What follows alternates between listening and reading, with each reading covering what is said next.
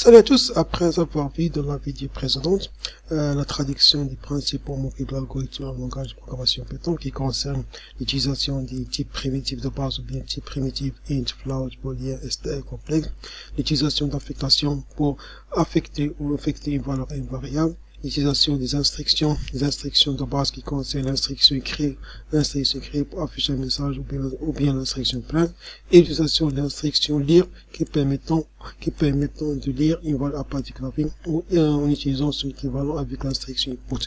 Et après avoir vu ce qu'on appelle les opérateurs de base, les opérateurs de base sont les opérateurs arithmétiques, soit les opérateurs de comparaison ou bien les opérateurs de logique, les opérateurs solution et leur équivalence en langage de programmation Python, plus l'utilisation des fonctions pour convertir une valeur soit en entier, en réel ou bien en d'autres types.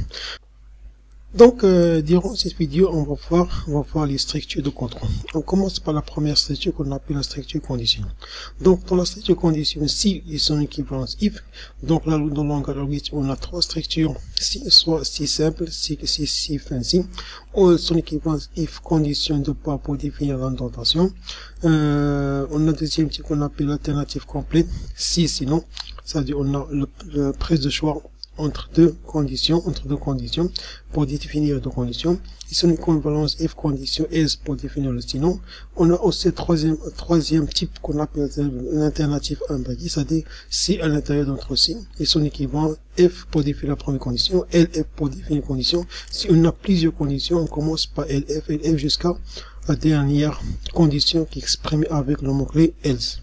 Donc la structure condition permettant de définir une condition, soit une condition simple, ou bien une condition double, ou bien une condition imbriquée, c'est-à-dire définir plusieurs conditions en utilisant le mot-clé LF. Passons maintenant à la structure répétitive. Donc pour la structure répétitive, on a deux types de structures, soit les structures conditionnelles, c'est-à-dire on ne connaît pas en avance son nombre de répétitions. Dans ce cas, on va utiliser la structure répétitive tant que condition, c'est-à-dire tant que la condition est vraie, je répète l'action. L'équivalence, c'est while condition de point, et on définit le bloc d'instruction à répéter.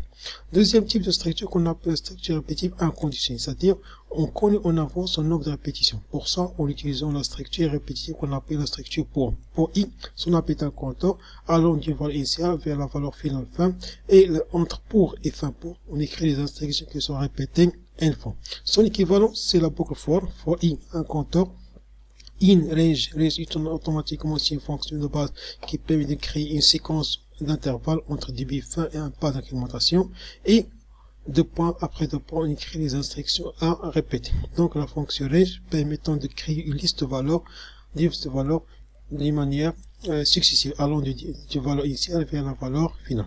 Mais lorsqu'on crée une structure répétitive, soit structure répétitive conditionnelle ou bien inconditionnelle, on a besoin de contrôler l'exécution des fonctions. Donc pour contrôler l'exécution des boucles for ou bien boucles while, on utilise l'instruction break. L'instruction break, c'est un mot-clé qui permet, une fois la condition est vérifiée, on va quitter la boucle. Par contre, l'instruction continue, si la condition est vérifiée, c'est-à-dire on va ignorer l'itération courante et passe à l'itération suivante. Et l'instruction passe lorsqu'on ne connaît pas le code d'instruction si, ou bien le corps d'instruction for, on utilise le mot-clé passe pour ce qui représente le vide. Donc après avoir vu comment définir une structure conditionnelle avec le mot-clé f, et comment définir une structure répétitive conditionnelle avec le mot-clé while, et comment définir une structure répétitive inconditionnelle avec le mot-clé for, et voir comment contrôler l'exécution du boucle for et while avec le mot-clé break continu, passons maintenant au dernier point qui concerne l'importation d'un module ou d'une bibliothèque. Donc Python est un langage de programmation extensible, c'est-à-dire c'est possible de télécharger et installer une bibliothèque sous votre ordinateur. Donc pour importer une bibliothèque, on va utiliser le mot-clé import nom du module. Par exemple, lorsqu'on écrit import math, dans ce cas, on va importer toutes les bibliothèques, on va importer les fonctions mathématiques. Mais pour utiliser une fonction, on va toujours utiliser les préfixes math. Par exemple, x égale à math.sim, math.p, c'est-à-dire on va faire l'importation ou l'utilisation de la fonction sim et la fonction math. Mais lorsqu'on utilise la deuxième méthode d'importation, from math import étoile, on va utiliser étoile, c'est pour récupérer toutes les fonctions. Dans ce cas, on utilise les fonctions mathématiques ou bien les fonctions de BBD sans utiliser les préfixes. Donc, pour importer BBD, on a des méthodes. Lorsqu'on crée import nom du module, il faut toujours précéder le nom de la fonction avec le nom du module.